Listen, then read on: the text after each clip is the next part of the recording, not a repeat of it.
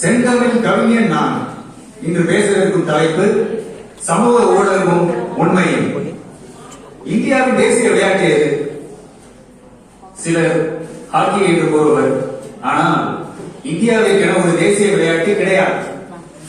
1928 முதல் 1956 வரை ஒலிம்பிக்கில் ஹாக்கி போட்டியில் இந்தியா தொடர்ந்து 6 முறை தங்கப்பதக்கம் வென்றுள்ளது. இதனால் மக்கள் அதனை தேசிய விளையாட்டு என்று கூறி கொண்டாடினார்களே தவிர அதிகாரப்பூர்வமாக எந்த விளையாட்டிற்கும் தேசிய விளையாட்டு என்ற அங்கீகாரம் வழங்கப்படவில்லை. இதுபோல் இந்தியாவிற்கு ஒரு தேசிய மொழியும் இல்லை. அனைத்து மொழிக்கும் அனைத்து விளையாட்டிற்கும் முக்கியத்துவம் அளிக்க வேண்டும் என்பதை இதன் நோக்கம். அடுத்ததாக இதை நான் அறிந்து கொண்டதே சமூக ஊடகத்தில் கிடையாது. அதற்காக சமூக ஊடகத்தில் வரும் அனைத்துமே உண்மை என்று ஆகிவிடுமா? சிட்டுக்குருவிகள் அலைபேசினால் அழிகின்றன என்று சில கருத்துக்கள் உண்டு. ஆனால் கட்டிடங்கள் ஓடுதல் வைத்து கட்டப்படாததும் செயற்கை உரங்களும் வாழ்க்கை நிலை மாற்றங்களும் தான் இன்று சிட்டுக்குருவிகள் உட்பட பல பறவைகளை நாம் காண முடியாமல் இருப்பதற்கான காரணம். சிட்டுக்குருவிகள் அலைபேசியினால் அழிவதற்கான எந்த ஒரு ஆதாரமும் இன்று வரை இல்லை. எனவே மகிழ்ச்சியாக அலைபேசியை பயன்படுத்தி தடுத்து எந்த பிரச்சனையும். அடுத்ததாக பிராய்லர் கோழியை பற்றி பேசுகிறார்களா? அதற்கு ஊசிகள் போட்டு வளர்க்கப்படுகின்றன என்று சில தகவல்கள் வந்துள்ளது. ஆனால் அது ஹார்மோன் ஊசி அல்ல, தடுப்பூசி மட்டுமே என்பதை புரிந்து கொள்ள வேண்டும். என்னதான் பொய்களை நாம் மறைத்து வைத்தாலும் உண்மை என்றும் வெளிவந்துவிடும்.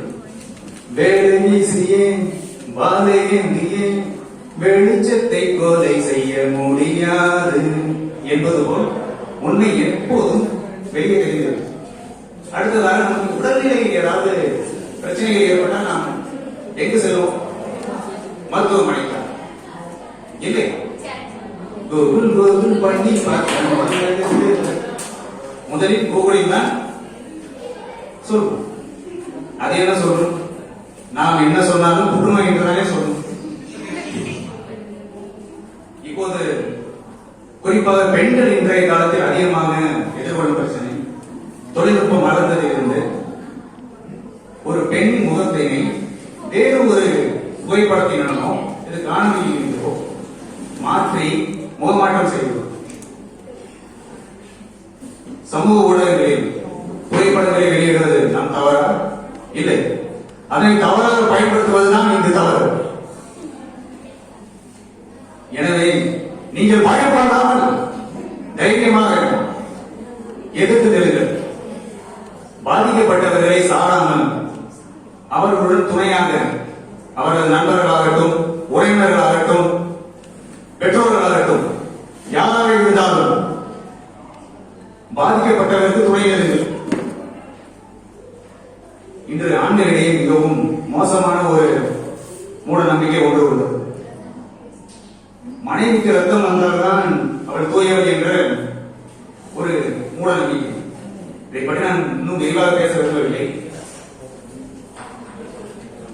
இதனால் பல பெண்களின் வாழ்க்கையை சீரழித்துக் கொண்டிருக்கிறது. சமூக ஊடகத்தில் பொதுவாக நேர்மறை தகவல்களை விட எதிர்மறை தகவல்கள் எளிதாக பார்வையிடும். ஆனால் நேர்மறையாக இருப்பவர்களுக்கு அது தடையாக என்றும் அமையாது. அலைபேசியை பொறுத்தவரை நாம் அளவாக பயன்படுத்துவோம். அகலாது அணுகாது தீக்காய்வார் போன்ற இகழ்ந்தெங்கள் சேர்ந்தொழுவார் என்பது போல் முழுமையாக விலகாமலும் முழுமையாக அணுகாமலும் ஒரு சிறு தூரத்தில் இருக்கும்.